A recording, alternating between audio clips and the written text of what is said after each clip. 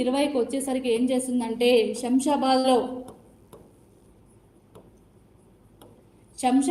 ఉన్నటువంటి railway station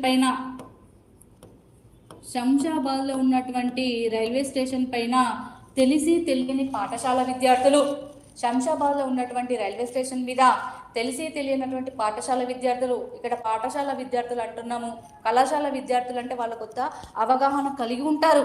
పాఠశాల విద్యార్థులు అంటే పూర్తిగా వాళ్ళకి అక్కడికి లోకల్ అంటే ఏం తెలుసు, నాన్ లోకల్ అంటే ఏం తెలుసు కదా, అంటే పూర్తిగా అవగాహన లేదు. కాకపోతే వాళ్ళు ఏం చేశారని అంటే అక్కడ అంటే తెలిసి తెలియని వయసులో వాళ్ళు అంటే అప్పుడు అదొక నినాదం, నాన్ లోకల్స్ని వెనక్కి పంపించాలి అని చెప్పేసి బయట అంటున్నటువంటి ఆ నినాదము వాళ్ళు కూడా అంటూ అక్కడ ఉన్నటువంటి రైల్వే స్టేషన్ మీద దాడి చేస్తారు.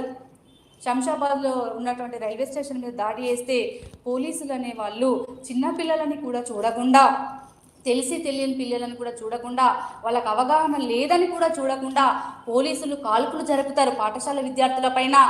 ఓకే, అక్కడ జరిగింది ఏంటనంటే ఒక దాదాపుగా ఒక ఆరుగురు విద్యార్థులు చాలా బలంగా గాయపడతారు.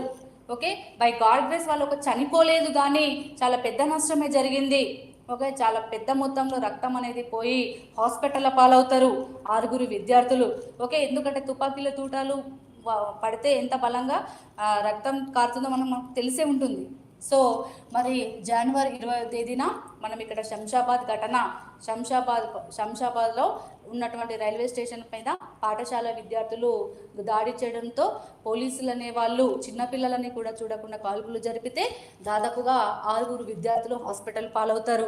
ఓకే, మరి ఈ సంఘటనను నిరసిస్తూ పోలీసులు అనే వాళ్ళు ఈ విధంగా చిన్నపిల్లల మీద కాల్పులు జరిపారన్నటువంటి సంఘటనను నిరసిస్తూ జనవరి 21వ తేదీన ఏం